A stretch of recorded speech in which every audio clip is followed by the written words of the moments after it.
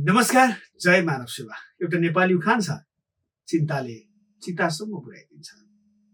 साँच्चै यो त्यत्तिकै भनिएको भनाइ होइन जस्तो लाग्छ मलाई। यदि त्यो चिन्तालाई समयमै व्यवस्थापन गर्न सकिएन भने त्यसले चितासम्म पुर्याउँछ। त्यसले शारीरिक रूपमा, मानसिक रूपमा र सामाजिक रूपमा अनेक हिसाबले मान्छेलाई कमजोर बनाइदिन्छ। र त्यो त्यही पोइन्ट हो जुन पोइन्टमा राम्रोसँग व्यवस्थापन गर्न जानियो भने जीवन अत्यन्तै सरल र सहज पनि बनाउन सकिन्छ। त्यसैले आजको दिनमा मानसिक स्वास्थ्य अत्यन्तै महत्त्वपूर्ण बनिरहेको छ।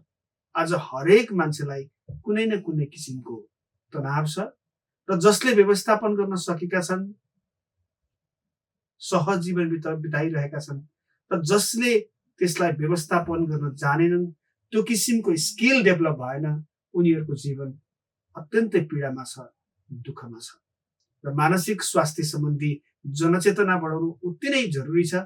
र आज हामीसँग यसै विषयमा कुरा गर्न, यसै विषयमा विचार विमर्श गर्न मानव सेवा आश्रमको अभिभावक, जसले मानव सेवा आश्रमको स्थापनाको समयदेखि नै हामीलाई तन मन र धनको त्रिवेणीबाट योगदान गरिरहनु भएको छ, नेपालमा मानसिक स्वास्थ्यको क्षेत्रमा महत्त्वपूर्ण योगदान गर्नु भएको छ। वरिष्ठ मानसिक रोग विशेषज्ञ डाक्टर कपिल देव उपाध्यायजी हाम्रो माझमा हुनुहुन्छ। आउनुहोस्, उहाँलाई स्वागत गरौँ। स्वागत छ। धेरै धेरै धन्यवाद सुमनजी,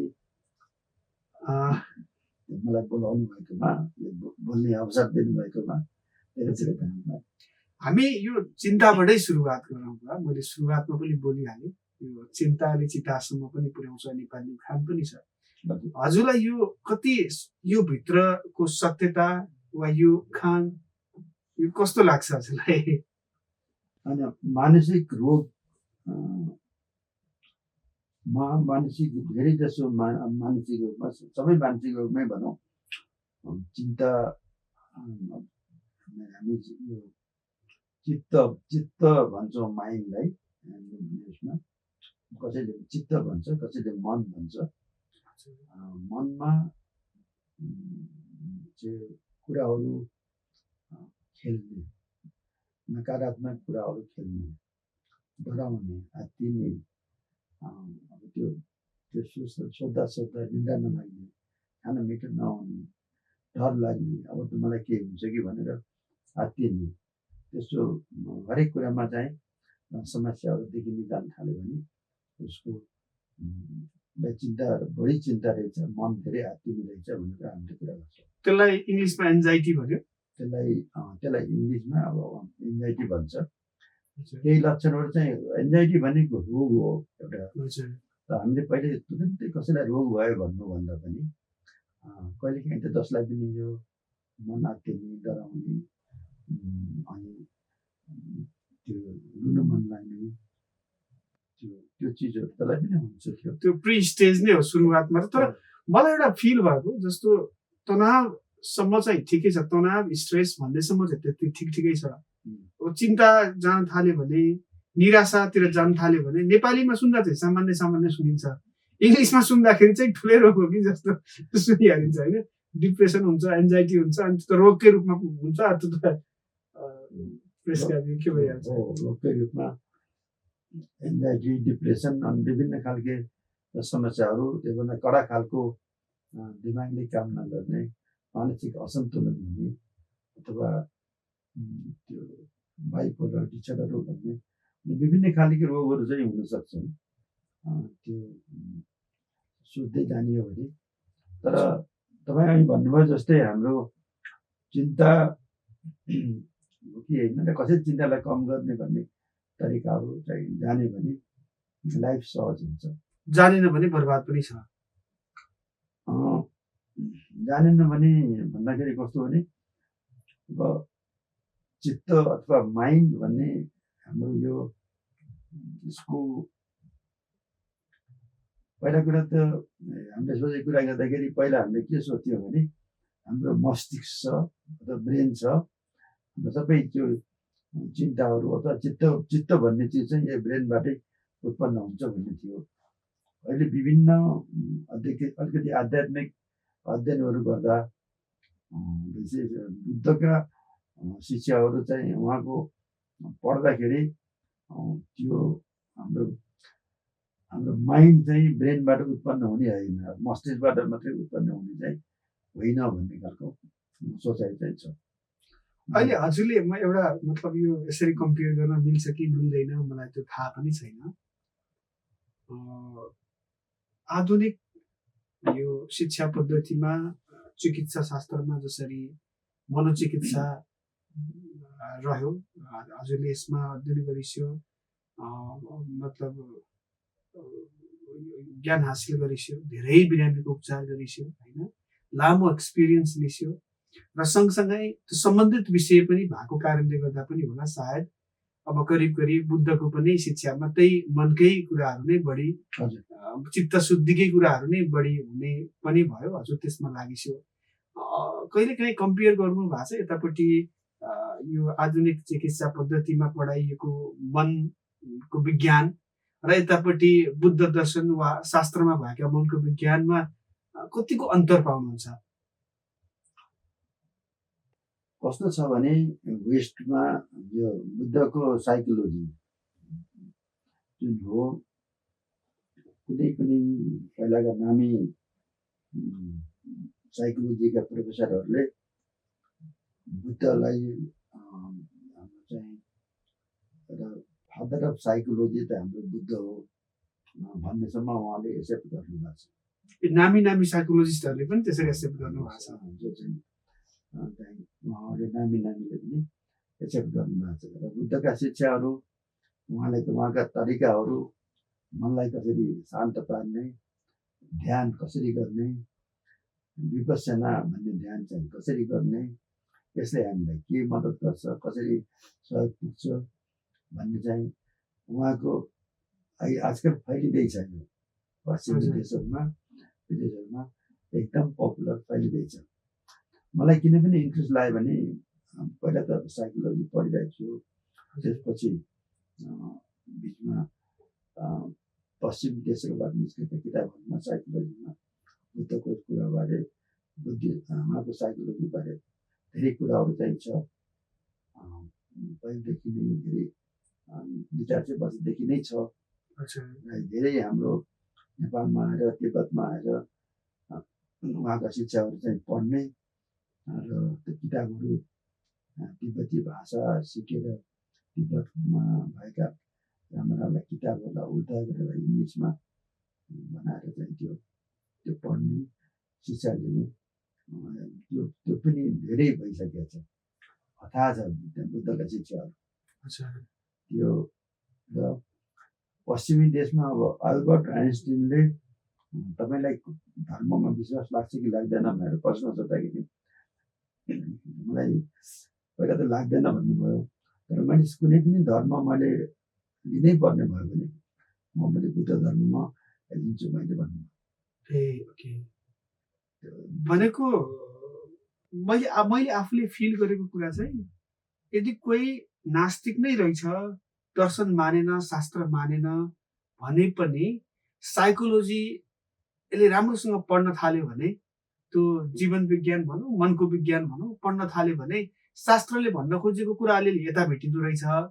अब यता सबैले साइकोलोजी पढ्न पाएन भने पनि कुनै धर्ममा, कुनै शास्त्रमा वा अझै बुद्ध धर्ममा अलिक बढी आस्था राख्छन् र त्यसमा अलिक साँच्चै नै साधकको रूपमा गहिरो अभ्यास गर्छन् भनेदेखि त्यहाँ पनि साइकोलोजीले भन्न खोजेको कुरा पनि पाइँदो रहेछ। एकदमै भाषा फरक छ, शब्द फरक छ, तर दिन खोजेको कुरा त कता कता मिल्छ। एकदमै मिल्छ। धेरै कुराहरू मिल्छ।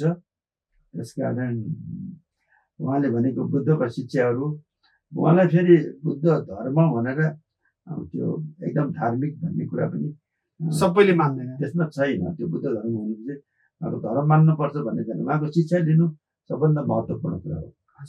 तर एउटा जरुरी के छ भने अब यसरी हामीले यहाँ कुरा गर्दैछौँ बुद्धको शिक्षा यस्तो हो उस्तो भनेर त्यो सुन्दैमा त्यसलाई एउटा जानकारी त भयो, त्यसले केही प्रभाव पार्न सक्दैन। पलिटिक कसैले साधारण नगरिकन केही हुनेवाला छैन। पहिला त त्यो शिक्षा, बुद्धका शिक्षा के हुन् भन्ने अध्ययन गर्नु पर्यो। दोस्रो चाहिँ त्यसपछि के भनेछ भनेर साधना पनि गर्नु पर्यो। त्यस कारण चाहिँ अब एउटा पहिला त उहाँको शिक्षा पढ्ने, त्यसको चाहिँ चिन्तन गर्ने, के भन्न खोजेको के हो भनेर त्यसमा गहिरोसँग चिन्तन गर्ने, चिन्तन मनन गर्ने भन्छ होइन। त्यसपछि त्यसलाई प्र्याक्टिसमा ध्यान गरेर त्यो हो कि होइन भनेर हेर्ने। त्यस कारण बुद्धले आफूले के भन्नुभएको छ भने मेरो शिक्षाहरू तिमीले त्यत्तिकै लिनु पर्दैन, यसलाई हेर। जस्तै एउटा सुनारले सुन जाँच गर्दाखेरि सुनलाई पिट्छ, तताउँछ, के गर्छ, सबै गरेर प्योर सुन हो कि होइन भनेर जाँच्छ र चित्त बुझ्यो भने मात्रै यो सुन भनेर चाहिँ मान्छ। त्यस्तै मेरो शिक्षा पनि त्यस्तै हो। सोरुममा राखेको सामान जस्तै छ, हेर चित्त बुझ्यो लिग, चित्त नबुझ्यो नलिग, छर्लङ्ग देखिने खालको। त्यो मतलब तर पढेर एउटा प्र्याक्टिसै गरेर तिमी हेर भन्नुहुन्छ कि। त्यो किन जरुरी छ भने हाम्रो जीवन, हामी जुन किसिमले हाम्रो मानव जीवन छ त्यो जीवनलाई सबभन्दा काम लाग्ने खालको शिक्षा चाहिँ त्यो उहाँको बुद्धको शिक्षा छ। सबभन्दा डे टु डे त्यहाँदेखि नै हामी चाहिँ हामीलाई जुन आवश्यक छ, जरुरी छ, त्यो चाहिँ त्यो बुद्धको शिक्षामा चाहिँ पाइन्छ। अब हामी अलिकति यो आज हामी अलिक स्ट्रेस वा तनावकै विषयमा बढी केन्द्रित हुन्छ। सायद मानसिक स्वास्थ्यको सबैभन्दा प्रवेशद्वार जस्तो अवस्था भनेको, पहिलो अवस्था भनेको तनाव नै मान्न सकिन्छ कि जस्तो लाग्यो होइन त। तनाव बढ्दै गएपछि बल्ल अरू रोगहरू देखिन्छ। तनाव बिना एकैचोटि अर्को रोग हत्ते आउने खालको होइन होइन त। मानसिक रोगको कुरा गर्दाखेरि रोगभन्दा पहिले केही त लक्षणहरू नै हुन्छ धेरै जसो होइन। लक्षणहरू हुन्छ। त्यो लक्षणहरू सुरु हुँदाखेरि, मानसिक रोग सुरु हुँदाखेरि पनि केही लक्षणहरू चाहिँ त्यो तनाव दिने खालका हुन्छन्, व्यक्तिलाई तनाव दिने खालका हुन्छन्। जस्तै अब एउटा कुरा के भनिहालौँ भने मानसिक रोग सुरु हुँदाखेरि त्यसलाई टाउको दुख्ने, ज्वरो आउने, बान्ता हुने, पेट दुख्ने, दिशा लाग्ने अथवा त्यस्तो अरू केही कुरा हुँदैन। त्यो चाहिँ किनभने शरीरमा सुरुमा देखिँदैन, शरीरमा देखिने चाहिँ रोग त होइन। त्यो हुन्छ मन आत्तिने, मन डराउने, यो हृदय चाहिँ डर लागेपछि सुतरमा त्यसलाई ढुकढुक हुन्छ। किन ढुकढुक हुन्छ भने हाम्रो शरीरमा जब मान्छे डराउँछ हाम्रो ब्रेनबाट केही केमिकलहरू निस्कन्छ, एड्रिनलिन भन्छ त्यसलाई हामी भन्छौँ। एड्रिनलिन भन्ने तत्त्व शरीरमा निस्केपछि उसको काम मुटुको धड्कन चाहिँ बढाउने हुन्छ। मुटुको धड्कन बढाउने, अनि केही आत्तिएपछि मेरो धड्कन किन बढ्यो त, मेरो मुटु यसरी किन ढुकढुक गरिरहेछ, बाहिर त्यो हल्लिँदैदेखि छातीमा देखिने गरी किन यसरी हल्लिएको छ, मलाई पक्कै केही रोग लागेर हो। रोग लाग्यो भनेर उसलाई चाहिँ डर लाग्छ। त्यसपछि मैले बिहान यसो अध्ययन गर्दै गर्दा भेटेको कि भगवानको यो सृष्टिमा नचाहिने कुरा त केही पनि छैन, सबै कुरा चाहिने नै छ होइन। तथा पनि त कतै काम लाग्दो कुरा होला भन्ने लागेको। त्यहाँ कस्तो खालको उदाहरण पाएँ भने जस्तो कुनै एउटा जनावरको पछाडि भाग छ भने अब उसलाई त भाग्ने इनर्जी चाहियो नि। त्यो इनर्जी पैदा गर्नका लागि चाहिँ त्यो इन्फर्मेसन पछाडि बाघ छ भन्ने कुराको इन्फर्मेसन माइन्डले लिएर त्यो माइन्डले जब बडीलाई त्यो दिने एउटा त्यो सन्देश प्रवाह गर्ने एउटा प्रक्रिया हुन्छ, त्यतिखेर स्ट्रेस पैदा हुन्छ। र सर्ट टर्म स्ट्रेसले चाहिँ कति कामहरू फास्ट गर्न सकिन्छ। जस्तो अब त्यो बिहान त्यसमा उल्लेख थियो, जस्तो त्यो स्ट्रेस हुने बित्तिकै अब धमनीहरू कडा हुन थाल्छन्, रक्त सञ्चार फास्ट हुन थाल्छ, अनि त्यसपछि उसको श्वासको गति, त्यो श्वास प्रश्वासको गति बढ्छ र एक किसिमको इनर्जी त्यतिखेर क्रिएट हुन्छ। र त्यो इनर्जीलाई लिएर ऊ के गर्न सक्छ, ऊ अब त्यहाँबाट भाग्न सक्छ। फरक त्यहाँ के देखिएको छ भने जस्तो जनावरहरूको केसमा त्यो हुन्छ, शिकारी आयो भने ऊ त्यसरी स्ट्रेस एक चरणमा पैदा हुन्छ, ऊ भाग्छ, सक्यो। उसले चाहिँ त्यो भागेपछि त्यो बिर्सिन्छ। तर मान्छे चाहिँ के भयो भनेदेखि त्यस्तै केही घटनाक्रम हुन्छ, स्ट्रेस आउँछ तर ऊ चाहिँ छोड्दैन, ऊ चाहिँ बोकेर बस्छ। अनि त्यो जब त्यो शरीरमा भएको इनर्जीलाई बुस्ट गरेर त्यो एक किसिमको स्ट्रेस पैदा गरे हो त्यो लामो समयसम्म भइसकेपछि त अनि किसिमको त्यो शरीर त विकनेसतिर जान्छ किनकि त्यो कन्टिन्यू इनर्जी हाई त हुन सक्दैन नि त अनि त्यसपछि रक्त सञ्चारमा समस्या के अरे रक्तचापमा समस्या देख्न थाल्यो त्यसपछि इम्युन सिस्टम कमजोर हुन थाल्छ त्यसपछि निन्द्रा बिग्रिन थाल्छ त्यसपछि डाइजेसन सिस्टम पाचन प्रणालीमा प्रब्लम हुन थाल्छ प्रब्लम यसरी मनमा हुन्छ अनि शरीरमा चाहिँ के अरे शरीरमा आउँछ मनमा चाहिँ डिप्रेसन एन्जाइटीको रूपमा बिस्तारै बढ्न थाल्छ भन्ने किसिमको मैले यसो अध्ययन बिहान गर्न पाएँ राम्रो अध्ययन गर्नुभएछ सही हो अब जस्तै मैले अघि के भने मन जब हामीलाई डर लाग्छ मनको धड्कन चाहिँ बढ्छ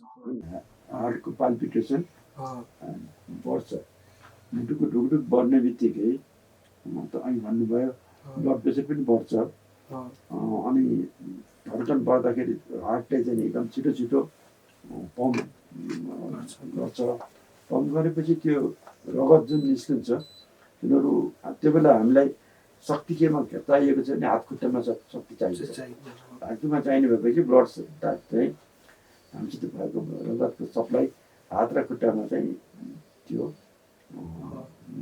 बढी रगत सप्लाई हुन्छ पहिला जति थियो त्योभन्दा बढी सप्लाई हुन्छ हात र खुट्टामा बढी सप्लाई भएपछि त्यसको इफेक्ट फेरि शरीरमा जुन अङ्गहरूमा अरू जति हुनुपर्ने हो त्यो हुन पाउँदैन यता बढी भएपछि तर त्यसले हात र खुट्टामा बढी शक्ति दिनलाई ब्लड सप्लाई त भयो अब त्यसले के गर्छ कि फाइट अथवा फ्लाइट भन्छ भन्दाखेरि कि त त्यो कुनै अब भनौँ न जनावरले अहिले हामीले एक्जाम्पल गऱ्यौँ जनावरले एट्याक गर्न खोज्यो भने उसँग कि भाग्ने कि लड्ने क्षमता शरीरले पाउँछ अब जित्न सक्छ भने लड्छ होइन जित्न सक्दैन जस्तो लाग्छ भने ऊ भाग्छ ज्यान बचाउनु लाग्छ त्यस्तै कुनै त्यो त जनावरको जस्तै कुरा भयो तर अहिले त के छ भने घरमा बसिरहेको बेलामा कुनै मान्छे कुनै चोर ढाका बदमास कुनै मान्छे आएर हातमा बन्दुकै ल्याएको छ अथवा केही भन्छ डराउनु दिन्छ अथवा चाहिँ के गर्नु खोज्छु भन्छ त्यो बेला पनि मुटु त हल्लिन्छ स्ट्रेस पैदा भइहाल्यो त्यो बेला पनि मुटु हल्लिन्छ र त्यो भएन र ब्रेनमा यस्तो अचम्मको छ कि कल्पना गरिराख्यो भने पनि कहिले काहीँ चाहिँ त्यो साँच्चै जस्तो भएर कोही पनि आएको छैन मान्छे जङ्गलमा पनि छैन घरमा छ सेफ छ केही पनि छैन तर अचानक उसलाई चाहिँ मन डराउन लाग्यो भने मुटु चाहिँ धड्कन थाल्छ म्यानिफेस्टेसन भन्छ नि जस्तो उसलाई चाहिँ रियल हो कि रियल होइन भन्ने कुरा मस्तिष्कलाई थाहा हुन्न जस्तो इनपुट दियो उसले त्यही किसिमको हर्मोन रिलिज गरिदिन्छ नेचुरली चाहिँ उसलाई त्यत्तिकै मन डरायो भने पनि त केमिकल रिलिज हुन्छ केमिकल रिलिज भएपछि फेरि त्यो रिबाउन्ड फेरि मुटु धड्कने त्यो ब्लड प्रेसर बढ्ने अनि अत्तिनी हुन्छ अत्तिनी भनेर मैले किन भन्छु भने एउटा सबभन्दा हामीलाई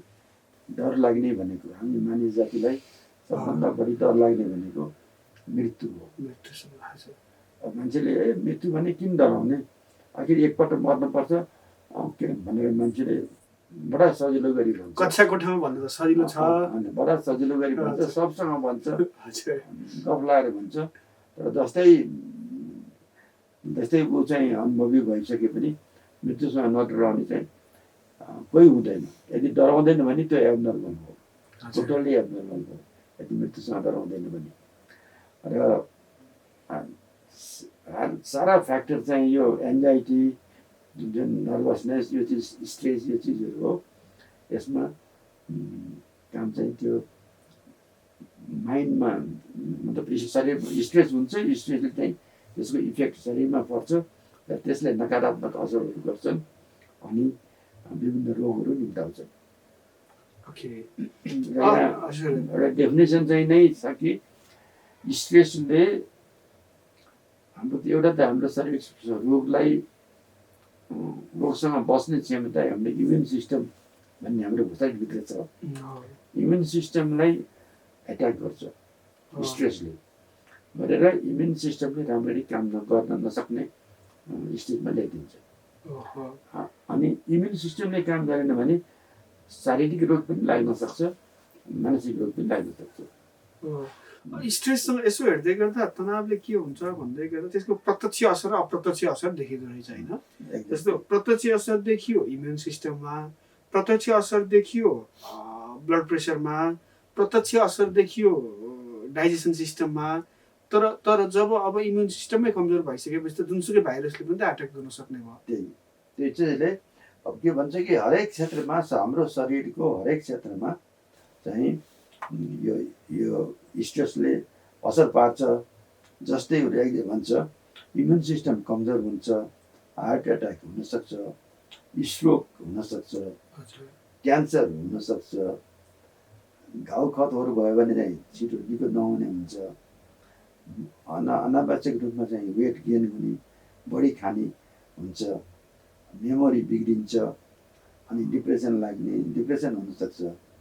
सुगरको बिरामी हो भने सुगर बढ्न थाल्छ, सेक्सुअल फङ्सन पनि डिस्टर्ब हुन्छ। र हरेक क्षेत्रमा यसले चाहिँ थाइरोइडको पनि कारण हुनसक्छ।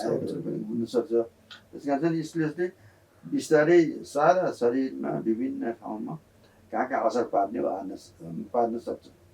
तर यहाँ स्ट्रेस पनि दुई तिन किसिमको हुन्छ।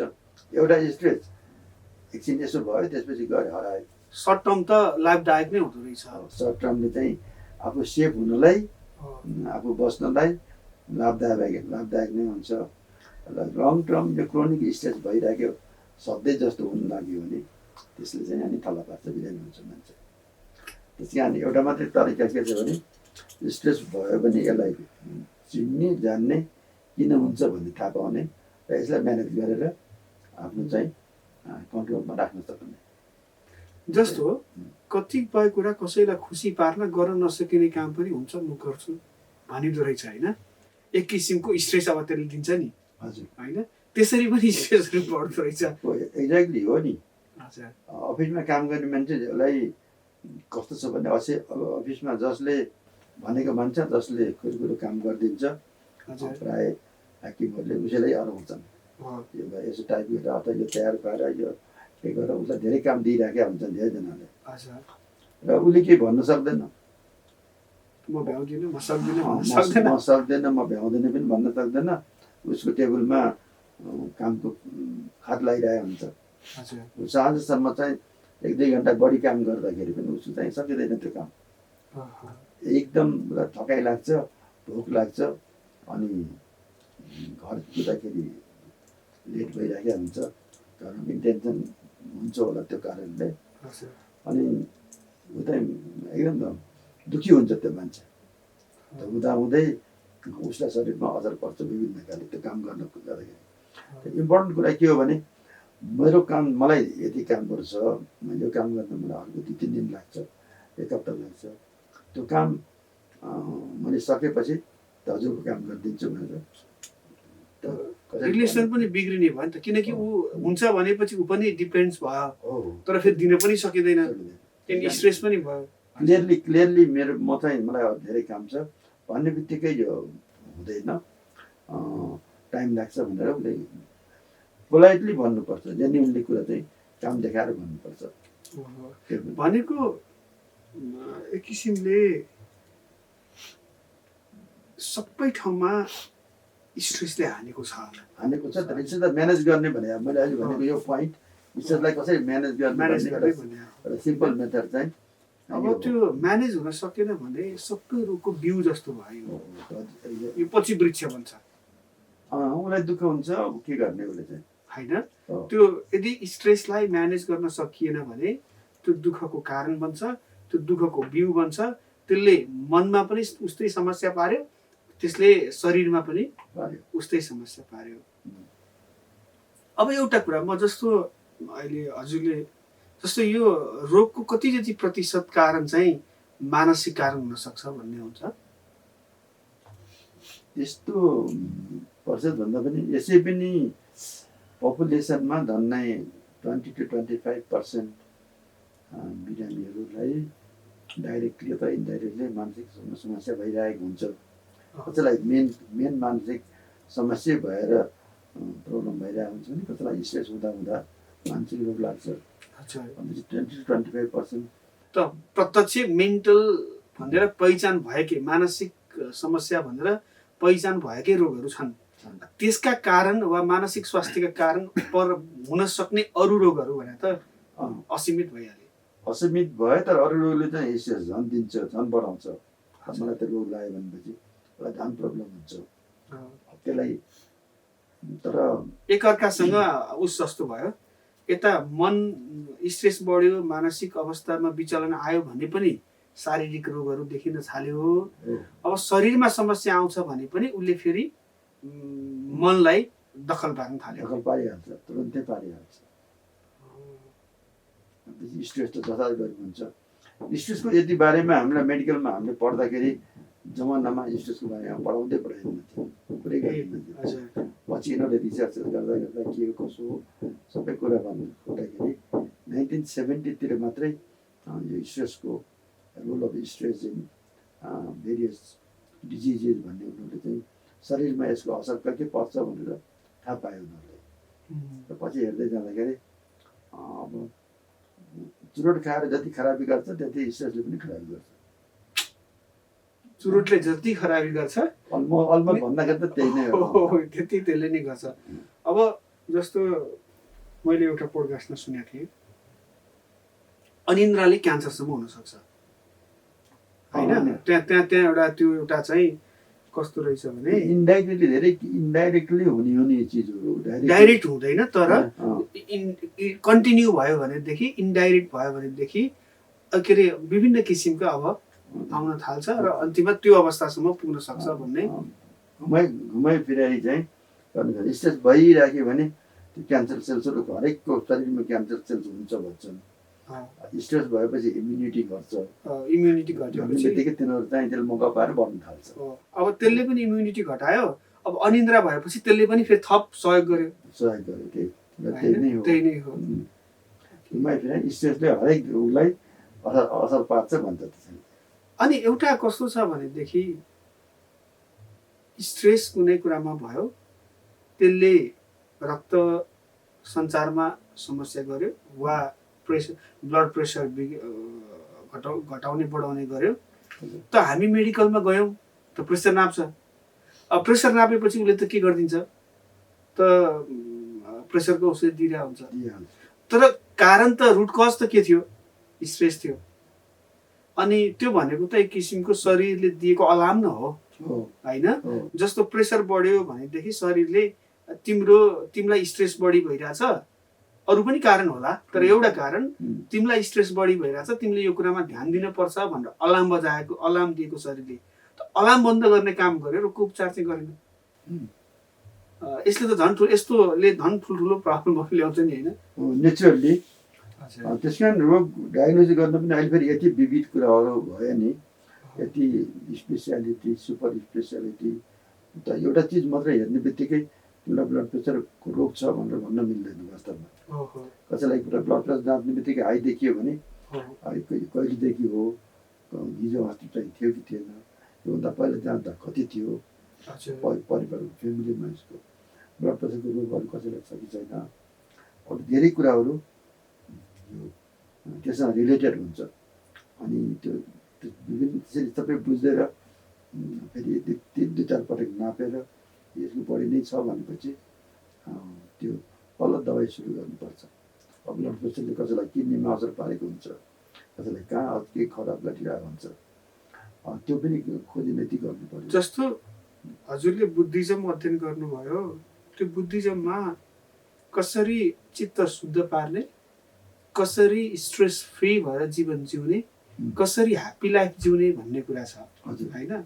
तर चिकित्सा शास्त्रमा के भयो, प्राय जे लक्षण देखिन्छ त्यसको उपचार गरिदिइहाल्ने, तर रुट कज के हो त्यतातिर नजाने। त्यसैले मलाई पढ्न मन लाग्यो पनि त्यो हो। यो चिकित्सा हामीले हुन त आफ्नो एज ए प्रोफेसनल डाक्टर पेसा राम्रो हो यहाँ त्यहाँ सबै भन्छौँ, तर हामीले धेरै कुरा चाहिँ गर्न सक्दैनौँ कि डाक्टर हुँदाखेरि पनि, डाक्टर भएर पनि एक्युट केसमा गर्न सकिन्छ, इमर्जेन्सी केसमा गर्न सकिन्छ। क्रोनिक कुरा किन भयो भने अनि यो हेरेर ठिक छ, उयो हेरेर ठिक छ, उयो हेरेर ठिक छ, केही रोग भेटिन्न भन्ने बाहेक हामी केही गर्न सक्दैनौँ। अन्तिममा अब अननोन कज भयो अनि हामी डाक्टर भए पनि तपाईँलाई यो रोग लागेको छ यो दबाई गर्ने भनेर भन्न नसक्ने भयो भने डाक्टरको के काम लाग्यो जस्तो मलाई त्यस्तो फिल हुन्थ्यो कि जस्तो मलाई अस्ति एकजना यो हाम्रो अघिल्लोचोटि डाक्टर सुशील कणेल डाक्टर साहब आइसकेको थियो। उहाँ साइकोलोजिस्ट, पिएचडी साइकोलोजिस्ट। उहाँले के कुरा गर्दै हुनुहुन्थ्यो भने संसारमा यस्तो प्र्याक्टिसहरू पनि छ, तपाईँ जुनसुकै रोग लिएर अस्पतालमा जानुहोस्, तपाईँले सिङ्गल डक्टरको के अरे त्यो ओपिडी काट्न पाउनुहुन्न, तपाईँले एकैचोटि 3टा डक्टरको काट्न पर्छ। एउटा तपाईँलाई जे लक्षण देखिया छ त्योसँग सम्बन्धित, एउटा जेनरल फिजिसियन, एउटा साइकोलोजिस्ट। अब तपाईँलाई काउन्सिलिङ गरेर सबै कुरा पत्ता लगाइसकेपछि मात्रै तपाईँको रोगको उपचार सुरुवात हुन्छ। अब बल्ल के भयो, त्यो रुटमा पुग्यो। संसारमा यस्ता हस्पिटलहरू पनि छन्, त हामी यो कुरामा तलि पछाडि छौँ, धेरै पछाडि छौँ। हामी त्यो गर्नुपर्ने हो, वास्तवमा हेर्नुपर्ने हो। यो चिज छ भनेपछि त्यो साइकोलोजिकल एसेसमेन्ट चाहिँ गर्नकै हुनुपर्छ। त्यो चाहिँ त्यो मात्रै के, कसैलाई अपरेसन गर्नु पऱ्यो भने पनि उनलाई त्यहाँ बिरामीलाई राखेर तपाईँलाई यो अपरेसन गर्न मन छ कि छैन, हजुर गर्दा यो हुन्छ, यो सबै कुरा सम्भावित समस्याहरू चाहिँ के आउन सक्छ, पछि कति दिनमा निको हुन्छ, यो सबै कुराहरू भन्नुपर्छ। औषध दिँदाखेरि पनि यो दबाई खाँदा यसको साइड इफेक्ट यो हुन्छ, यो कुन इफेक्ट भयो भने के गर्ने, धेरै कुराहरू। तर आजकल त फेरि हामीले सुरुमा भन्यौँ गुगल छ के छ, तुरुन्त सोध्ने बित्तिकै त्यहाँ यो औषधिको के साइड इफेक्ट हो भन्ने पनि अब आफै सचेत हुने हो भने पनि अब आफ्नो डक्टर आफै मिनी डक्टर होइन। अनि जमाना होइन, त्यो हेर्न चाहिँ अहिले हेर्नुपर्छ। हरेक मान्छेले यसको डोज कति हो, साइड इफेक्ट कति हो हेरेर आएका हुन्छन्। हामी कहाँ त कतिपय बिरामीहरू आउँदाखेरि एउटा अर्को डाक्टरलाई देखाएर, अर्को साइकियाट्रिस्टलाई देखाएर, अनि कहाँ फेरि आएर मलाई कहाँ जताए 2जना लेखेर अनि हामीले दबाई लेख्यौँ। लेखिसकेपछि अनि हामी 2जनाको प्रेसक्रिप्सन मिल्यो कि मिलेन, हामीले भनेको रोग मिल्यो कि मिलेन हेरेर हामी 2जनाको रोग मिल्यो भने ल यसले त यो रहेछ भनेर खाने, त्यो औषधि पनि मिल्यो भने, होइन भने नखाने दबाई। मैले यस्तो केसहरू त्यस्तो शङ्का गर्ने मान्छेहरू पनि हुनुहुन्छ समाजमा। मैले आफ्नै खराब भनेर भन्दिनँ त्यो, किनभने हाम्रो सिचुएसनले त्यो ल्याइ पुर्याएको हो। तर यहाँ अर्को कुरा पनि छ कि औषधिले मात्रै धेरै समस्या चाहिँ समाधान हुँदैन। त्यस कारणले यो प्रिभेन्सन नै बेस्ट छ। प्रिभेन्सन बेस्ट छ। कति कुरा एक्सेप्ट गर्नुपर्छ। बुद्धिज्म किन राम्रो छ भने उसले चाहिँ पहिल्यै कुरा के भन्छ भने तिमी संसारमा जन्म लिएर आयो, तिमी चाहिँ संसारमा हेर दुःख चाहिँ छ है संसारमा, सफरिङ तयार गरायो, सफरिङ छ। तिमी बेला बेलामा तिमीलाई तिम्रो मन सुखी पनि हुनसक्छ, दुःखी पनि हुनसक्छ, तिमीलाई दुःख पनि छ, सुख पनि छ। तर दुःख छ भन्नेमा त दुःखको फेरि समाधान छ, उपचार पनि छ, त्यसको चाहिँ समाधान पनि छ। दुःखको कारण छ, कारणको समाधान छ, कारणको समाधान छ, होइन समाधानका तरिकाहरू पनि बताउँछ। अनि तिमीलाई चाहिँ दुःखबाट मुक्ति पाउनु छ भने तिमी यो प्र्याक्टिस गर भनेर चाहिँ सबै कुरा छ के त्यहाँ छर्लङ्ग देखाइदिएको छ। छर्लङ्ग देखाइदिएको छ भनेपछि उहाँलाई हामीले बुद्धलाई वास्तवमा चिकित्सक नै भन्छौँ, हामीले डाक्टरै भन्छौँ। भन्दाखेरि तिमीलाई होइन, तिम्रो चाहिँ दुःख छ, दुःखको कारण छ, होइन, कारणलाई चाहिँ कारण थाहा पाएपछि त्यहाँबाट चाहिँ बच्न सकिन्छ, बच्ने तरिकाहरू छन् भनेर मजाले बताइदिएको छ। अब अलिकति हामी एउटा जस्तो हामी त अब त्यो अलिकति हाम्रो देशले भनौँ, हाम्रो समाज भनौँ, हाम्रो परिस्थिति भनौँ, हाम्रो संस्कृति भनौँ, हामीले चुकेकै जस्तो फिल त 1000 ठाउँमा हुन्छ। किनकि यस्ता के अरे जडीबुटीहरू छन्, यस्ता चिजहरू हाम्रा भान्सामा छन्, हाम्रा बारीमा छन्, हाम्रा जङ्गलमा छन्, बिना साइड इफेक्टले यति सजिलो बनाइराखेको छ। तर हामी निर्भर चाहिँ औषधिमा भइरहेका छौँ। हामीसँग यस्ता शास्त्रहरू छन् जसले मान्छेलाई अब इन्लाइटमेन्ट भनेको सायद मानसिक स्वास्थ्यता भनेको एउटा उच्चतम अवस्था होला होइन त? कसरी दिन सकिन्छ? इन्लाइटेन्ड भने कस्तो हो भने जब हामी संसार हामी केमा जेलिएका रहेछौँ भने हामी रागमा जेलिएका रहेछौँ, राग। अनि अर्को चाहिँ लोभमा जेलिएका रहेछौँ, अतिशय लोभ गर्ने होइन। राग एकदम आफूले भने जस्तो आफूलाई गर्नुपर्ने, खानुपर्ने, लाउनुपर्ने, मोज मजा गर्नुपर्ने, हिँड्नुपर्ने, आफ्नो सबै चिजहरू यति रागका कारणहरू छन्, लोभका त्यतिकै कारण छन्, ईर्ष्याका त्यतिकै कारणहरू छन्, अरू जस्तै हुनुपर्ने, अरूभन्दा कम नहुने, यस्ता विभिन्न सोचहरू छन्। अब यो चाहिँ त्यस कारण उहाँले आफैले भन्नुभएको छ, बुद्धलाई उहाँले सोद्धाखेरि तिमीले यति कहाँ भयो, तिमीले चाहिँ यति गऱ्यौ तिमीले, अब चाहिँ अनि तिमीलाई के पाए त, अब तिमीले प्राप्त के गर्यौ भनेर भनेको। अनि बुद्धले के भन्नुहुन्छ भने मैले के प्राप्त गर्यो भनेर चाहिँ मलाई नसोध, मलाई चाहिँ मैले के गुमाएँ भनेर सोध भनेको। मैले रिस थियो होइन, मैले रिसलाई जित्न सकेँ। मलाई लोभ थियो, लोभलाई जित्न सकेँ। ममा राग थियो, रागलाई जित्न सकेँ। अनि द्वेष थियो, दोषलाई जित्न सकेँ। सबै गरेपछि राग पनि गयो, द्वेष पनि गयो, लोभ पनि गयो। अब चाहिँ त्यसपछि बाँकी के पनि रहेन भनेको। यसरी पनि भन्न सकिन्छ, अघि हामीले मानसिक समस्याको कारण स्ट्रेस त भन्दै गयौँ, त स्ट्रेसको पनि कारण खोज्दै गयौँ भने चाहिँ त्यो लोभ, त्यो राग, त्यो ईर्ष्या होइन, त्यो काम, क्रोध, लोभ, मोह भनौँ न, घमण्ड, अहङ्कार जे भन्न मिल्छ, त्यो स्ट्रेसको पनि कारण चाहिँ त्यहाँ हो। फ्यामिलीमा प्रब्लम हुन्छ, घरमा प्रब्लम हुन्छ, स्कुलमा प्रब्लम हुन्छ, जब गर्ने ठाउँमा प्रब्लम हुन्छ, जहाँ सबै ठाउँ जहाँ प्रब्लम हुन्छ, प्रब्लमबाट चाहिँ त्यो विशेषहरू देखिरहेको हुन्छ। हजुर, शास्त्रले त भनिरहेको थियो नि, काम, क्रोध, लोभ, मोह, घमण्ड, अहङ्कार यो त्याग सबै कुराको समस्या समाधान छ भनेकै हो। त आखिर यहाँ कुरा यही नै आयो, जति मानसिक समस्याको कुरा गरे पनि यदि त्यो कुराबाट जित्न सक्ने हो भनेदेखि स्ट्रेस पनि हुने अवस्था छैन।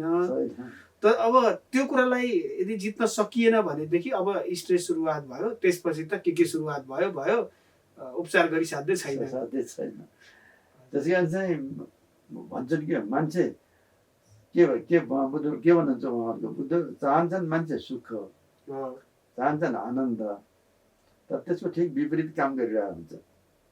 कता कसरी दुःख पाइन्छ भन्नेतिर लागिरहेको हुन्छ होइन।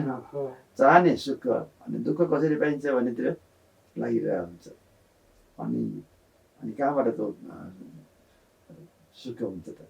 खोज्छन् सबै स्वर्ग भनी, स्वर्ग त्यो कहाँ छ अनि रिट्ठाको रुख रोपेर कागती कहाँ फल्छ कि यस्तै त्यही त थुप्रै भनिसकेका छन्, भन्न त कतिले भनेका छन्, कति होइन। सुख भन्ने आफूभित्रबाट आउने हो, बाहिर खोजेर कहाँ सुख छ र? बाहिरबाट सुख किन्न पाइन्छ र? सुख किनेर ल्याएर ल म सुख गर्छु भन्ने हुन्छ र?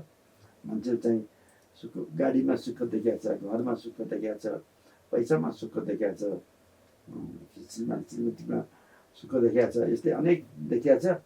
तर उसले सुख चाहिँ पाउँदैन, त्यहाँ खोज्दै जान्छ, पाउँदैन। त्यो पुरा हुन्छ, त्यो पुरा तृप्त हुँदै जान्छ, तर पाउँदैन। जति जे भए पनि सुख चाहिँ पाउँदैन मान्छेले चाहिँ। कस्तो यो अलिकति होइन, तपाईँले सुख पाउनुतिर सुखी पाउनुतिर बाटो कसरी लाग्ने त भन्ने पो इम्पोर्टेन्ट कुरा भयो त। यसो हेर्दै गर्दा कस्तो लाग्ने भनेदेखि हामीसँग प्रत्येक पालिका पछि वा वडै पछि अस्पतालहरू खुले, त यो पात पुस्ने काम सबै ठाउँमा भयो, तर जरामा पानी हाल्ने खालको अस्पताल खासै खोल्न सकिएन कि जस्तो हजुरलाई लाग्दैन? जस्तो अहिले हामी जे कुरा गरिराखेका छौँ कति इम्पोर्टेन्ट कुरा छ नि त। रोग लाग्न त दिनै नहुने हो, रोग लाग्न पर्ने त कारणै छैन। किनकि रोग किन लागिरहेछ भनेदेखि हामीलाई जो शास्त्रले बताइराखेका थियो वा जो कुरा थाहा नै थियो त्यो कुरामा ध्यान दिन नसक्दै गर्दा काम, क्रोध, लोभ, मोह, घमण्ड यी हामीले जित्न सकेनौँ। स्ट्रेस आउन थाल्यो, स्ट्रेस आएपछि अरू समस्या आउन थाल्यो, अरू रोगहरू आउन थाल्यो। त यत्र हाम्रा अस्पताल भौतिक संरचना जनशक्ति चाहिँ सारा त्यो लक्षणको उपचार गर्नका लागि चाहिँ भए, तर त्यो रोग लाग्न नदिने अवस्था निर्माण गर्नको लागि चाहिँ नभएकै हो होइन त? एकदमै एकदमै हाम्रो चाहिँ अहिले त यति बिग्रियो वास्तवमा हाम्रो शरीर समाजमा यति विकृति छ कि हाम्रो पहिले धेरै जमानामा त्यो हिपोक्रेट्स भन्ने हाम्रो चाहिँ father of the medical science भन्थ्यो पहिला उहाँलाई। उहाँहरूले के भन्नुभएको थियो भने सबै धेरै जसो रोगको जड चाहिँ हाम्रो खानेकुरामा छ भन्नुहुन्थ्यो। हाम्रो जीवनशैली, खानपान, जीवनशैली हामी खाने पिउने कुरामा। त्यो बेलामा पानीहरू सफा थियो होला, अहिले जस्तो गाह्रो थिएन होला, तर अरू खानेकुराहरू समस्या हामी के खान्छौँ, हामी कस्तो जिन्दगी बिताउँछौँ, लाइफस्टाइल कस्तो छ र चाहिँ हामी कसरी बाँचिरहेका छौँ त्यसमा चाहिँ धेरै कुराहरू भर पर्छ। यसो भन्न सकिन्छ जति धेरै अस्पताल खुले पनि, जति धेरै डाक्टर उत्पादन गरे पनि, जे गरे पनि, अहिले जति गरे पनि त्यो अस्पताल भरेको भरै छ, रोगको अवस्था बढेको बढै छ। झन् हिजोभन्दा आजभन्दा भोलि अवस्था काली लाग्दो डरलाग्दो भन्दै गइरहेछ होइन त? यसको कारण भनेको रुट कजमा पुग्नै सकिएन। छैन, निकै छैन नि। बाहिर सिम्टोमेटिक औषधि दिएर अनि कसरी सन्चो हुन्छ? शरीरले दिएको एउटा अलार्म वा जानकारी सूचनालाई बन्द गरेर मानौ यहाँ बाहिर मतलब एउटा रेडियोमा आइरहेछ भोलि भूकम्प आउँदैछ भनेर खबर आइरहेछ, रेडियो बन्द गर्नु त समस्याको समाधान होइन नि। त्यही भने नि जानकारी लिनु पर्यो। हजुर। अनि कति कुरा एउटा हाम्रो त्यसो भने इमर्जेन्सी मेडिसिन चाहिँ बहुत जरुरी छ। कसैको एक्सिडेन्ट भयो, खुट्टा फ्र्याक्चर भयो, कसैको एकदम पेट दुख्यो, एक्युट पेन भयो, अनि एपेन्डिसाइटिस भयो, अथवा पित्तल पत्थरी भयो, अथवा त्यस्तो केही भयो, कसैलाई हार्ट एट्याक नै भयो, त्यस्तो भयो भने त्यस्तो बेलामा इमर्जेन्सी रोग लागेपछि उपचार त गर्नु पर्यो, तर रोग लाग्नु नदिनको लागि त गर्न धेरै सकिन्थ्यो। नदिनको लागि केही गरेका छैन हामीले, नदिनको लागि धेरै गरेका छैन। अनि रोग लागे पनि त्यो मैले भनेका रोगहरू पनि पेट दुख्यो भने पनि यो केही होइन भनेर पेन किलर मात्रै दियो भने झन् उल्टा हुन्छ। त्यो एपेन्डिसाइटिस भएर खालि दुखाइ कम गर्ने औषध दियो भने झन् उल्टै भित्र त्यो जिउ फुट्ने डर हुन्छ। भित्र फुट्यो भने ज्यान खतरा भयो होइन। त्यो झन् उल्टा दबाई दियो भने पनि झन् बिग्रिन्छ कुरा।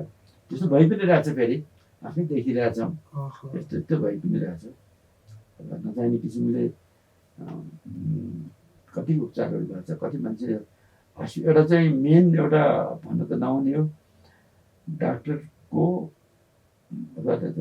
परीक्षण गर्ने हेल्थ वर्करको गल्तीले गर्दाखेरि पनि मान्छेहरू चाहिँ मान्छेको ज्यान जाने स्तरमा पुग्न सक्छ। मैले अब यो कति साझा गर्न मिल्थ्यो मिल्दैन थियो मलाई थाहा छैन। एउटा केस, उहाँ हाम्रो अति आदरणीय व्यक्तित्व हुनुहुन्छ, अति सम्मानित व्यक्तित्व हुनुहुन्छ र यो देशको विदेशको सबै ठाउँको उपचार गराउन सक्ने सामर्थ्य पनि राख्नुहुन्छ, गराइ पनि रहनु भएको छ। अघि हजुरले भने जस्तै उहाँ हेल्थ कन्सियस पनि हुनुहुन्छ, त्यसैले उहाँले प्राय एक ठाउँमा गरेको जाँचको रिपोर्ट हेरेर मात्रै उपचार पनि गर्नुहुन्न, अर्को ठाउँमा पनि प्राय सँगसँगै गराउनुहुन्छ।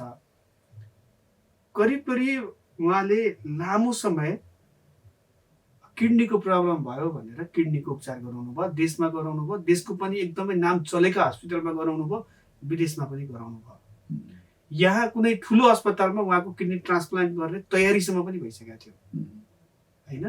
अनि यो क्रम चलि नै रह्यो र उहाँले फेरि अर्को ठाउँमा जानुहुन्थ्यो, अर्को ठाउँमा जानु जचाउँदै गर्नुहुन्थ्यो।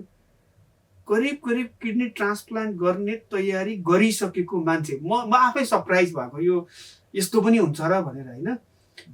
तयारी गरिसकेको मान्छे लास्ट आवरमा आएर कति वर्ष किडनीको औषधि खाइसकेपछि, 4-5 वर्ष कति औषधि खाइसकेपछि अन्तिममा आएर यो किडनीको प्रब्लम होइन रहेछ, तपाईँको व्हाइट ब्लड बढ्या रहेछ, प्रब्लम त्यतातिर छ भनेर त सिक्छ होइन। यस्तो नै हुँदो रहेछ नि त। यो सुन्दा अचम्म लाग्ला है। अब यो तर भएको घटना हो, यो मैले नभएको घटना भनेको छैन। यस्तो घटना चाहिँ धेरै भएको छ, हामी आफै देखेका छौँ। हामीले त्यस्तो घटनाहरू चाहिँ धेरै भइरहेछ। कहिले अनावश्यक अनावश्यक ट्रिटमेन्ट चाहिँ बरु ट्रिटमेन्ट नहुनु जति रङ ट्रिटमेन्ट हुनु चाहिँ जति होइन कि मलाई त कस्तो लाग्यो भने उहाँ जो हुनुहुन्छ उहाँ सामान्य मान्छे हुनुहुन्थ्यो भनेदेखि उहाँ त जस्तो आजको दिनमा कसैको किडनी फेल भयो भन्ने रिपोर्ट आएपछि दोहोऱ्याएर रिपोर्ट गर्ने पैसा कोसँग हुन्छ त हुँदैन अर्को हस्पिटलमा गएर पनि चेक गर्न त गर्दैन विदेश पनि जान त धेरैलाई सम्भव हुँदैन किडनी ट्रान्सप्लान्ट गरिहाल्छ नि तर अन्तिममा रिपोर्टले के देखायो 5 वर्षपछि पनि तपाईँको प्रब्लम किडनीमा छैन तपाईँको प्रब्लम चाहिँ व्हाइट ब्लड चाहिँ बढ्यो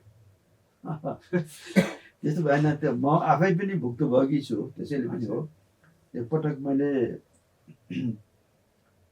रगत जचाउन भनेर एक ठाउँ रगत जचाएँ राम्रो नाम चलेको काठमाडौँमा चाहिँ त्यो डायग्नोसिस सेन्टर हो मैले चिनेको डाक्टर पनि हो जबकि उनको आफ्नो एसिस्टेन्टहरूले चाहिँ हेर्छन् त्यो रगत मैले त्यहाँ गएर रगत दिएँ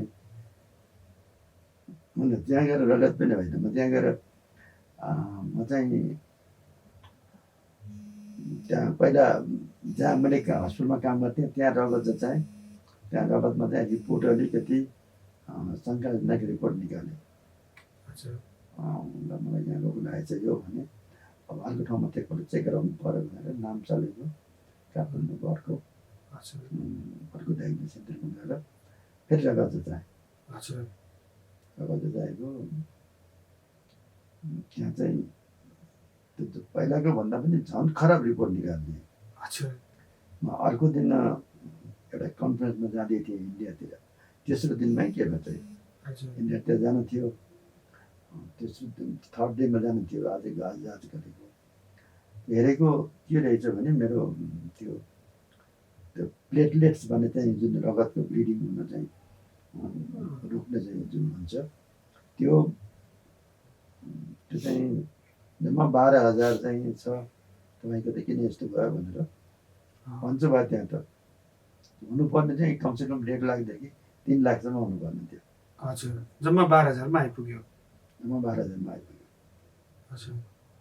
अनि नेचुरली अब म हत्याएँ पनि अब चाहिँ ल लाइफ सकिन लाग्यो भने यो भएको पनि सर 15 वर्ष पहिलेको होला 15-20 वर्ष पहिला होला अनि त्यही ल्याबमा फेरि गएँ त्यहाँको डाक्टरलाई पनि चिन्थेँ मैले मेरो त यस्तो निकालिदिएछ ल के हो यो भनेर चाहिँ सोधेँ उसले तुरुन्तै एकछिन हेरेर सर भनेर चाहिँ मलाई मेरो रगत तुरुन्त निकालेर फेरि आफै गएर जानु थालेँ जाँदाखेरि रगत ठिक छ ल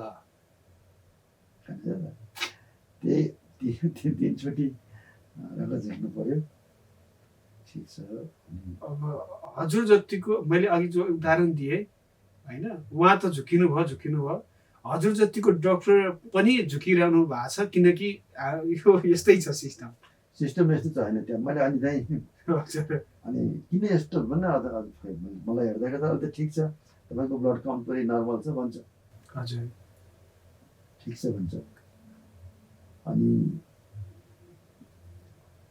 यसको केही कारण त होला नि भनेर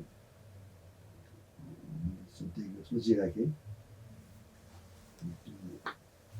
त्यसपछि इन्डियाको यो कन्फरेन्समा एटेन्ड गरेर आइसकेपछि म फेरि अर्को एकजना नयाँ काठमाडौँको नयाँ डाक्टर आउनुभएको थियो रगतकै उहाँलाई एकपल्ट म जचाएर हेर्छु किन यस्तो बेला भएको भनेर सोधेँ सोधेर उहाँले हेर्नुभयो अनि उहाँले भन्नुभयो कि तपाईँको अहिले पनि रगत ठिक छ केही पनि छैन तपाईँ त्यहाँ जुन प्लेटलेट्स हुन् त्यो प्लेटलेटले चाहिँ अलिक ठुलो साइजको प्लेटलेटहरू देखिँदैछ अनि त्यो भन्दाखेरि रगत लिने बित्तिकै रगत जाँच्यो भने सबै ठिक आउँछ त्यो डाटा रिपोर्ट ठिक आउँछ त्यसलाई चाहिँ 3-4 घन्टा उसमा राखिदिएर 3-4 घन्टा चाहिँ त्यो रगतको स्याम्पल त्यतिकै राखेर त्यो गऱ्यो भने त्यो चाहिँ पाइल अप हुन्छ त्यो रगतको पाइल प्लेटलेट्सहरू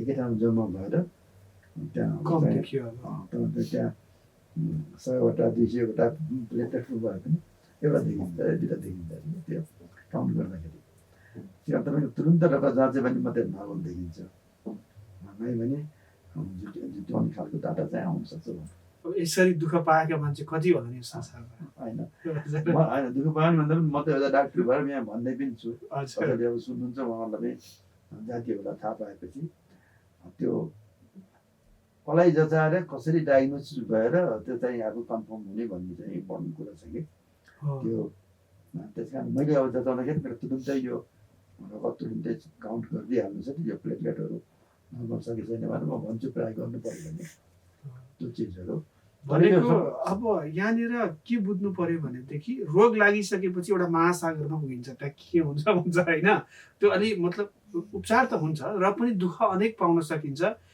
बेस्ट कुरा भनेको रोग लाग्न नदिनको लागि लाइफस्टाइल सुधार्नु होइन गलत खालको ट्रिटमेन्ट पऱ्यो भने नि जस्तै मलाई भनौँ नि मेरो 12,000 प्लेटलेट थियो होइन ल तुरुन्त ऊ दिनु पऱ्यो प्लेटलेट चाहिँ ट्रान्सफ्युजन दिनु पऱ्यो भनेर मलाई त्यो दिनु थाल्यो भने त्यो ट्रान्सफ्युजन दिँदाखेरि मलाई रियाक्सन भयो भने त म त्यही छ भने होइन अनावश्यक रूपमा गरेर प्लेटलेट कम दिने त्यसको उपचार त प्लेटलेट दिने हो हजुर अब त्यो गरेको भए मान्छे दुःख पायो नि होइन त्यो गलत खालको ट्रिटमेन्ट नै झन् खतरा हुन्छ कि एउटा त त्यो अर्को हामी कुरा गर्दै थियौँ त्यो चाहिँ इक्जाम्पल मात्रै भयो हामी कस्तो खान्छौँ एकदम इम्पोर्टेन्ट छ हाम्रो लाइफमा खानामा हामी कस्तो खाना खान्छौँ भन्ने साह्रै इम्पोर्टेन्ट छ हामीलाई रोग लाग्ने एउटा मेजर प्रब्लम भनेको हाम्रो खानासँग रिलेटेड छ खानपान त एकदमै रिलेटेड छ खानपान कस्तो हुनुपर्छ डाक्टर साहब अनि त्यही त अब हामीसँग होइन यस्तो स्थितिमा आइसकेका छौँ हामी सबै त्यो छरेको बिचारी छरेको खाना खाइरहेछौँ तरकारीहरू अनि त्यो खान नहुने हो फलफुलहरू के भने त्यो पकाउन खोज्ने फलफुलहरू खाइरहेछौँ त्यो खान नहुने हो अनि त्यस्तै अरू चाहिँ दुधै पनि आफै दुध हुँदै नभएको दुध पनि बेच्छन् रे भन्ने सुन्छु मैले होइन त्यो फेरि जङ्क फुडहरू अब मान्छे चाउचाउ करोडौँ पैसा कमाइरहेको छ नि चाउचाउ बेचेर मान्छेले होइन आफ्टर नै चाउचाउ खाइरहेका छन् आफ्नो राम्रो आफ्नो घरमा त राम्रो उत्पादन भएको चिज बेचेर चाउचाउ कोला खाइरहेको छन् कोदो र फापर बेचेर चाउचाउ खान पर्ने अहिले गाउँमा चाउचाउ पुगेको छ रक्सी पुगेको छ गाउँमा सबै खाना यस्तो खाना खाइरहेको छन् कि त्यो कहिलेकाहीँ खाँदाखेरि केही नगर्ला तर सधैँ खान लाग्यो भने त त्यो रोक्ने एकदम त्यो हुन्छ मिठो छ चाउचाउ चाहिँ खाँदाखेरि हुन्छ पैसा पनि त्यस्तो महँगो छ तर आफै त भएको प्रेसियस चिज खाँदैनौँ मिठो राम्रो कुरा खाँदा डोपामाइन रिलिज हुन्छ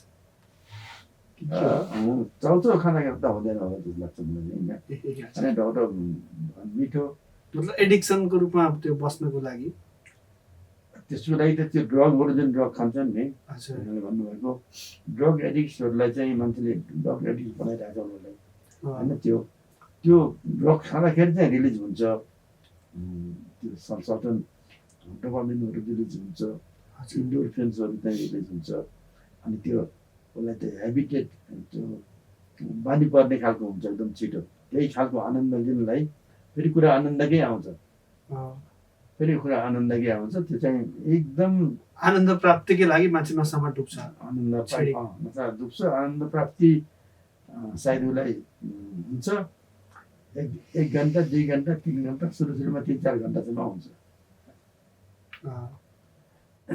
खुसी हुने भनेको हाम्रो मस्तिष्कमा भएका खुसी हुने हर्मोनहरू रिलिज गर्ने नै हो कुरा चाहिँ तर कसरी गर्ने भन्ने कुरा इम्पोर्टेन्ट हो होइन नेचुरली गर्न सकियो भने त्यो हेल्दी भयो स्वस्थकर भयो त्यो लङ टर्म भयो त्यसले एक किसिमको स्वस्थ जीवन जिउन सहयोग गर्यो यदि अनहेल्दी भयो भनेदेखि सही तरिका भएन भनेदेखि त्यो एडिक्सन बन्न सक्यो त्यो रोग बन्न सक्यो त्यसले मान्छेलाई ब्याकवर्डमा लाने भयो खतमै हुन्छ त्यो मान्छे चाहिँ एडिक्सन भनेर तर चाहिँ त्यो रिलिज त हर्मोन नै भएर रिलिज हुने हो उसले छोड्नै मान्दैन यस्तो त्यो छ कि त्यो एकजना मलाई सम्मान लाग्छ एकजना एउटा आर्मीले मलायातिर चाहिँ आर्मीले गोर्खा पहिला ब्रिटिसरहरूको चाहिँ गर्ने आर्मीहरू के को भन्छ त्यो एउटा अर्को एउटा के राजा कहाँ एकदम धनी राजा कहाँ चाहिँ काम गर्ने हो त्यहाँ काम गर्ने आयो आफ्नो छोरालाई ड्रग एडिक्ट भएको थियो कडा खालको ड्रग एडिक्ट लिएर आयो एक दिन लिएर आएर सबै कुरा सोधेँ मैले पोखरामा गएर किन तिमी ड्रग खान्छौ भन्दाखेरि मजा आउँछ नि खान्छु भन्नु बाबु हामी सँगै छौँ आनन्द आउँछ मजा आउँछ अनि खान्छ अनि के गर्नु त यो खाएर तिमीलाई तिम्रो त लाइफलाई यसले हेल्प गर्दैन तिमीले आफ्नो पढाइदेखि लिएर साह्रै केही चिज पनि तिमीले राम्ररी गर्न सक्दैनौ यसैले तिमीलाई चाहिँ तिम्रो क्यारियर बिगार्छ के गर्छौ त भनेको बाउसँगै छ जति खर्च हुन्छ गराउनु भन्छ नि बाउले उपचारहरूलाई तर छोराले के भन्छ म त छोड्दैन किनकि त्यही आनन्द आइरहेको छ उसलाई मलाई त्यसैमा आनन्द आउँछ मलाई त्यही मनपर्छ अनि तिमीले त्यो किन छोड्ने भन्छ किन छोड्ने बाउको अगाडि नै भन्छ म छोड्दिनँ भन्छ बाउले जबरजस्ती उपचार गर्नु खोज्छ छोड्दैन भन्छ त्यसमा पैसा तिरेर पनि सक्दैन बाउले कति तिर्ने दिनको 4-5 हजार दिए पनि उसलाई पुग्दैन त्यस्तो अवस्था छ होइन त्यो भनेपछि छोड्नै चाहँदैन छोड्न चाहे पो डाक्टरले हेल्प गर्ने यो जुन मान्छे हरेक मान्छे आनन्दको खोजी गरिराखेको हुन्छ त्यो आनन्दको खोजी त्यो नेचुरल वेबाट पहिले प्राप्त गर्न सक्यो पायो जस्तो त्यो ड्रगले गएर डोपामाइन रिलिज गर्नुभन्दा अगाडि नै नेचुरल वेबाट अरू तरिकाबाट डोपामाइन रिलिज हुन सक्यो वा डोपामाइन जस्तै हर्मोनहरू जो खुसी हुन चाहिन्छ ती हर्मोन रिलिज हुन सक्यो भनेदेखि उसले त्यसको आवश्यकता ठान्दैन त्यता जाँदैन तर त्यो पाएन भनेदेखि बिस्तारै खोज्दै खोज्दै मान्छे सजिलो बाटोमा लाग्ने भयो सर्टकट बाटो जाँदै गर्दा त्यो चाहिँ आफैलाई क्षति गर्नेतिर गयो अहिले भएको त्यही थियो भने कति चाहिँ यो एडिक्सन हुने चाहिँ औषधिहरू चाहिँ निस्कियो तर त्यस्तै अब एडिक्सन नहुने औषधि निकाल्न खोज्दाखेरि सकेन भेट्दैन धेरै थरीका चाहिँ एडिक्सन हुने औषध त निस्किया छन् यो यसपछि यो यसपछि यो यसपछि यो सबैले एडिक्सन नै गर्छन् अरू गरेर जस्तो मानौँ न के अरे स्वस्थ जीवन जिएर एक्सर्साइज गरेर ध्यान गरेर अनेक गरेर प्राप्त हुने डोपामाइन त्यो जो मेहनत गरेर प्राप्त हुन्छ त्यो र एउटा ट्याब्लेट खाएर प्राप्त हुने डोपामाइन उस्तै भयो भने त मान्छे त जाने कहाँबाट सजिलोमा जाने भयो नि त तर के भयो त्यो हार्मफुल भयो हुन्छ एक्सर्साइज गरेर पसिना निकाल्यो भने डोपामाइन निस्किन्छ राम्रो फुटबलहरू खेलेर जित्यो के गर्यो त्यो जित्दाखेरि गोल हुँदाखेरि जसले गर्नु सक्यो त्यसमा कस्तो आनन्द हुन्छ भने डोपामाइन रिलिज भएरै त्यो एक्साइटेड हुने हो अरूको पनि रिलिज हुन्छ हेर्ने मान्छेको पनि रिलिज भइरहेको हुन्छ त्यो चिजहरू खुसी हुँदाखेरि हुन्छ अब त्यो पनि चाहिँ तपाईँ लगाउनुहोस् न एकपल्ट तपाईँले पनि लगाउनु भयो भने कहिले पनि छोड्नुहुन्न भनेर त्यो केटाले मलाई भनेर गयो कि तपाईँ एकपल्ट लगाएर हेर्नुहोस् एउटा इन्जेक्सन तपाईँ लगाएर हेर्नुहोस् तपाईँ फेरि छोड्नुहुन्न भनेर उसको कुरा पनि गलत त होइन नि तर रोज चोइस गलत भयो एकपटक लगाएरै त हुँदैन मैले त्यो एउटा किताब लेखेको छु नि त्यसमा चाहिँ एउटा इक्जाम्पल छ त्यहाँ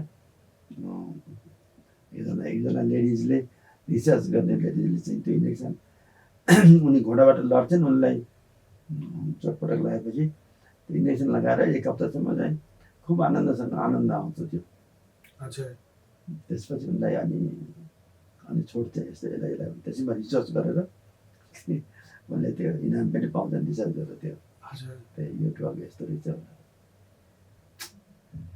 आज हामीले धेरै कुरा गरिरहेको छ अब समय पनि अन्तिम अवस्थामा आइसकेको छ यो जतिको किनकि त्यो आजको लागि अत्यन्तै सिरियस भनौँ आवश्यक भनौँ महत्त्वपूर्ण भनौँ अति जरुरी कुरा भनौँ हरेकले जान्न पर्ने मलाई त आजकल के लाग्छ भनेदेखि यस्तो यो अहिले मतलब होला हामीले शास्त्रै ल्याएर पढाउन नसकौँला, हामी विभिन्न धर्म सम्प्रदायबाट प्रतिनिधित्व गर्ने छौँ, तर यस्तो यस्तो यो कुराहरूलाई शास्त्रले दिन खोजेको सन्देशलाई, साइकोलोजीले फाइन्ड आउट गरेको कुरालाई मान्छेले जीवन जिउन त जान्नै पर्यो नि, त्यसको त अरू कुनै उपाय छैन। जीविकाका लागि अनेक किसिमका स्किलहरू डेभलप गर्न पर्छ, यसमा कुनै शङ्कै छैन।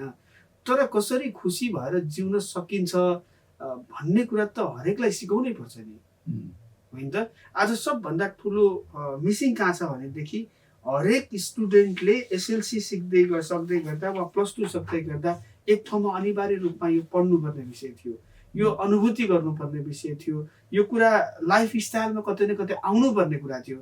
तर यी सबै कुरा छुटिसक्यो। अब छुटिसकेका कुरालाई जति समेट्न खोजे पनि त्यो समेटिँदैन, किनकि त्यो सोर्समै छुटायौँ हामीले, होइन त? अब यसरी पोडकास्ट गरौँला, 1000-2000 जना मान्छेले हेर्लान्, 5000 मान्छेले हेर्लान्, अलिक बढी हुँदै धेरैले हेर्लान्, तर सबैलाई त्यो कुरा बुझाउन सकिँदैन, उडिहाल्छ, होइन? तर यति सिरियस कुरा छ यो, यति जरुरी कुरा छ, तर हामी मिस गरिरहेछौँ, होइन? त्यो भएर पनि आज हामीले 1 घन्टा बिताइसक्यौँ, तर लागेको छैन 1 घन्टा गयो। यस्तो भइरहेछ। हजुरको साथ पायौँ, सधैँ खुसी भयौँ, र बारम्बार आज हामीले अलिकति स्ट्रेसमा रहेर कुरा गऱ्यौँ, स्ट्रेससँग सम्बन्धित विषयमा कुरा गऱ्यौँ, र यस्तै अन्य विषयहरूमा पनि कुरा गर्ने इच्छा छ, किनकि श्रोताहरूलाई पनि सायद यो मतलब सन्तुष्ट हुन्छ वा पुग्छ जस्तो मलाई लाग्दैन। त्यो भएको कारणले गर्दा हामी यसलाई कन्टिन्यू गर्ने नै छौँ। हजुरलाई अलिकति लागेको कि अन्तिममा यो कुराहरू चाहिँ मैले भन्नुपर्छ, छुटाउन हुँदैन जस्तो लागेका कुराहरू? सिम्पल एउटा कुरा, अब हामी अलिकति स्ट्रेसको कुरा पनि गऱ्यौँ। स्ट्रेसलाई चिन्न सक्यो र समयमै हामीले त्यसलाई म्यानेज गर्ने तरिकाहरू जान्यौँ भने त्यो स्ट्रेस म्यानेजमेन्ट सजिलै हुन्छ। फेरि र यो स्ट्रेस फेरि 100% नै स्ट्रेस हुन्छ भनेर पनि यहाँ भन्न खोजेको होइन। हामीले यहाँ भन्दा जनरल्ली स्ट्रेसको कारणले उनीहरूलाई गाह्रो पर्दै गएर बिरामी हुने सङ्ख्या 100 जनामा 20 जना जति हुन्छ होला। अरूले आफै म्यानेज गर्न सक्छ, उनीहरूले गलत कुरा खाना हुँदैन भन्ने पनि सिकेकै छ। उनीहरूले यस्तै डाइट आफ्नो खाँदाखेरि कस्तो खालको खाना खानुपर्छ भन्ने कुरोलाई केही न केही नलेज छ। कसै घरको कारणले होस् अथवा अरू विभिन्न किसिमले होस्, र सबैलाई यो हुने चाहिँ होइन। तर त्यो डर लाग्ने भन्ने चिज चाहिँ त 100% नै हो। मर्छु भन्ने कुरामा हुन्छ डर लाग्छ, तर लङ्गिभिटी अलि लामो समयसम्म जिउन इच्छा छ भने हाम्रो लाइफ स्टाइलमा धेरै राम्रो तरिकाहरू छ जिउने, मजाले लङ लाइफ जिउन सकिन्छ। 70-80 वर्ष आनन्दसँग बाँच्न चाहिँ सकिन्छ। एउटा कुरा त्यो। तर एउटा मैले बुद्धको कुरा धेरै गरेँ, एउटा ऊ पनि भनिहाल्नु कि बुद्धको चाहिँ त्यो यो ऊ चाहिँ छ एउटा यो हाम्रो के भन्छ त्यो प्राणीलाई नमार्ने आचार संहिता जस्तो। आचार संहिता पनि होइन, त्यो कस्तो आइदियो मलाई उहाँको चाहिँ त्यो पञ्चशील। हजुर, बुद्धको सिम्पल पञ्चशील भन्ने चाहिँ शिल छ। यता यो चाहिँ धेरै पनि पर्दैन, जम्मा पञ्चशील मात्रै हो।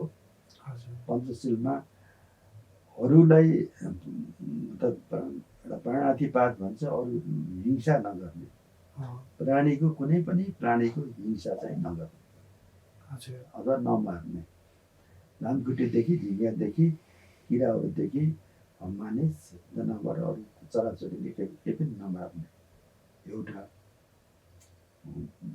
दोस्रो झुठो नबोल्ने, गाह्रो छ तर चाहिँ झुठो नबोल्ने। अनि तेस्रो चाहिँ कसैले नदिइकन नलिने, आफ्ना घरमै भएको पनि आफ्नो अरू कसैको सामान छ भने आफै मेरो आफ्नै श्रीमतीको त हो नि, छोराको त हो नि, अथवा छोरीको त हो नि भनेर आफूले युज नगर्ने। पऱ्यो भने बरु यो मैले युज गर्नुहुन्छ भनेर सोधेर लिने, या चोरी चाहिँ नगर्ने अरू कुनै चिज पनि। अनि अर्को के भन्छ, काम मिथ्याचार भनेको अब अरूको श्रीमान अथवा अरूको श्रीमतीप्रति आघात लगाउने, यौन सम्झौता गर्ने अथवा यस्तो चिज चाहिँ कहिले पनि नगर्ने। र मैले यो अहिले भन्दैछु, जति चाहिँ क्राइम सुरु भइरहेका छन् समुदायमा, यो यी कारणहरूले भइरहेको छ। यति कुरा म्यानेज गर्ने हो भने सबै कुरा। अनि चाहिँ रक्सी चाहिँ जथाभावी रक्सी चाहिँ नखाने, खाइहाल्यो भने पनि आफूलाई एकदम नसा लाग्ने गरी कहिले पनि नखाने, र भर्खर चाहिँ रक्सी खालि नखाने। यो 5वटा कुरा छ पञ्चशील भन्ने। यदि पञ्चशील मात्रै मान्ने मान्छे भयो भने पनि धेरै कुरामा चाहिँ धेरै कुरा चाहिँ समाजमा नर्मल हुन्छ। अब चाहिँ यो यति महत्त्वपूर्ण छ, यो एकपल्ट भनेर त हुँदै हुँदैन, एकपल्ट सुनेर पनि हुँदै हुँदैन। यो अलिकति अलि समयले यसलाई एकदम कन्ट्रोल गर्नुपर्ने हुन्छ, ध्यान दिनुपर्ने हुन्छ, यसलाई महत्त्व दिनुपर्ने हुन्छ। र पञ्चशील पालन गर्ने हो भने हाम्रो समाजमा धेरै कुरामा नकारात्मक कुराहरू चाहिँ हामी ठिक हुन्छन्। अब अहिले चाहिँ भनौँ न, यो यौन उसले कति मान्छेले आत्महत्या गर्नेदेखि लिएर यो किशोरीहरूलाई मार्ने कति नराम्रो घटनाहरू चाहिँ यो भइरहेछ। एउटा त्यो, त्यसपछि अरू चोरी यस्ता गल्ती कति भएको छ। यो सिक्रीहरू घाँटी बनाएर अगाडि मोटरसाइकल चलाउने, बाहिर पछाडि बसेको मान्छेले सिक्री तान्ने, चोरी गर्ने, यस्तो कति भएको छन् कति घटनाहरू। यस्ता अनेक यो भएकोले समाजमा कमसेकम यो त कुनै धर्म मान्ने कुरा पनि होइन, पञ्चशील मान्ने मात्रै हो। त्यो कसैले साइन्टिफिक रूपमा चोर्न हुन्छ भनेर कसैले प्रमाणित गर्न सक्छ र? सक्दैन नि त, होइन? त्यो सबै जे छ म आफै मन कन्भिन्स भइसक्यो नि त।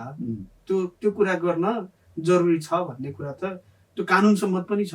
त्यो भएर त्यस्तो कुरा कम्तीमा व्यवहारमा उतार्न सकियो भने राम्रो हुने भयो। चाहिँ यति याद गर्ने हो भने धेरै खालको स्ट्रेस पनि हुँदैन जस्तो लाग्छ मलाई। यो चिजले धेरै स्ट्रेस दिन्छ मान्छेहरूलाई।